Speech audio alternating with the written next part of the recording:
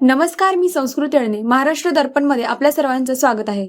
पिंपरी चिंचवड मधून एक धक्कादायक बातमी समोर आली आहे. शहरातील चिखली येथील मस्त्री वस्ती परिसरात अंगणात खेळणाऱ्या चिमुकलीवर 5 ते 6 भटक्या कुत्र्यांनी हल्ला करून गंभीर जखमी केले असल्याची घटना समोर येत आहे.